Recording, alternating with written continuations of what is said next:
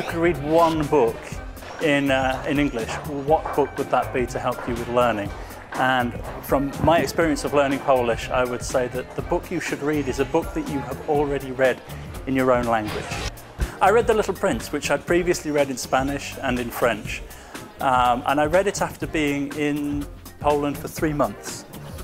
And I remember that at the beginning of the book, I understood maybe 5% of words because I could see the little Latin root words inside some of these words. It was enough for me to know, oh, this is the bit with the boa and the open boa and the closed boa with the elephants inside.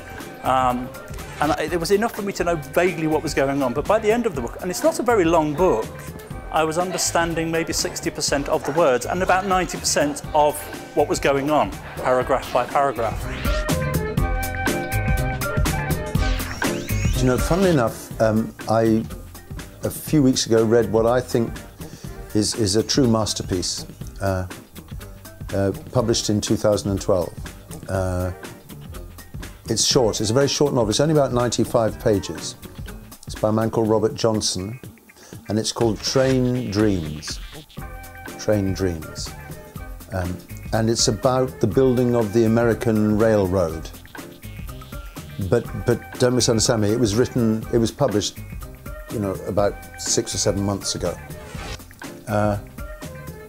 It's just profoundly beautiful, and it has, I don't know quite how to explain this, it has spaces between the words which allow you to understand it and live it. I would recommend that very highly.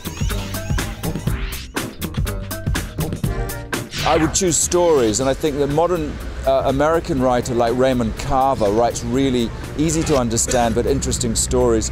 And again, there was a film made 20 years ago by Robert Altman called Short Cuts, which is based on 8 or 9 of Raymond Carver's stories. So that would complement quite nicely the reading. It's a novel by a man called Mark Haddon. It's called The Curious Incident of the Dog in the Nighttime. It's a fantastic story, apart from anything else. It's written from the point of view of a young boy who has autism, and he finds dealing with the outside world quite difficult. The book is written totally from his point of view, and his style of writing is quite good for learners to get to grips with. It's also an authentic novel. It's not graded, and all the students that we've used it with, from anything from like first certificate to advanced levels, have found it very useful and a real sense of achievement at reading a real novel in English as well. It's a great story about how he deals with the outside world and how he gets on with people, friends, parents, etc. And all the learners that we've used it with have absolutely loved it.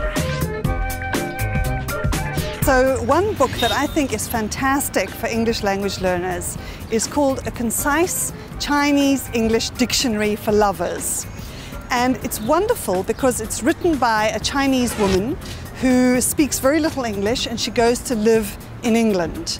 So it starts off written in this very, very simple, you know, almost beginner's level English. And then the book develops during her stay and the people that she meets and her relationships, and the language becomes more and more complex as she learns English during her stay. But it's beautifully written because even though at the beginning the language is very simple, it has a lot of interesting cultural insights about having to go and live in England and the difference between Chinese and British culture. It's charming, it's funny, and it's just beautifully written.